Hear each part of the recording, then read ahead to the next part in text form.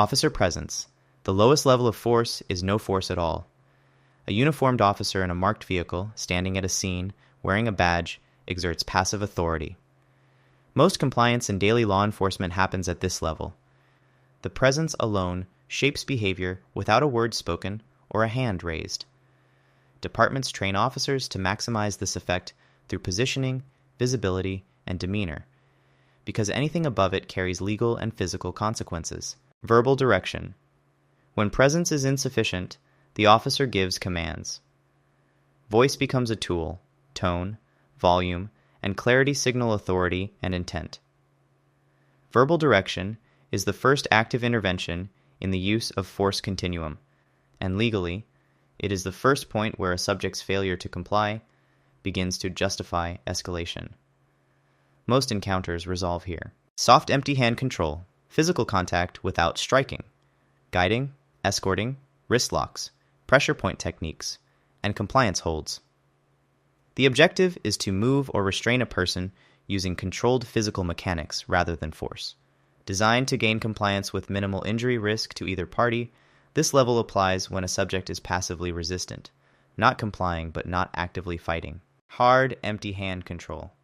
When soft techniques fail against active resistance, officers escalate to strikes, takedowns, knee strikes, and elbow strikes. The injury potential rises significantly at this level for both the subject and the officer. Legally, this requires a subject to be actively resisting or posing a physical threat. Excessive application of hard control is one of the most litigated areas in use of force law. Less lethal force.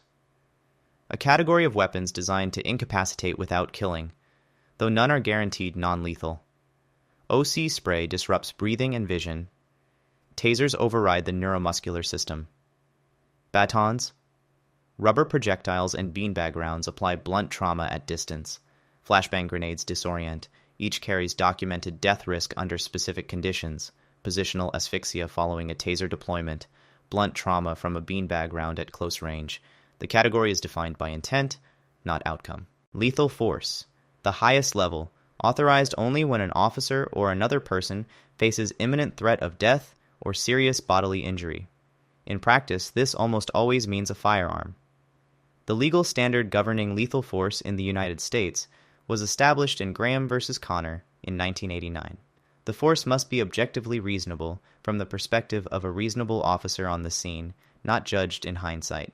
What is permitted, what is required, and what is prohibited varies by jurisdiction, department policy, and the specific facts of each encounter. Thanks for watching. Is there a subject you want me to cover next? Let me know in the comments down below. Also, please remember to like and subscribe if you enjoyed this video.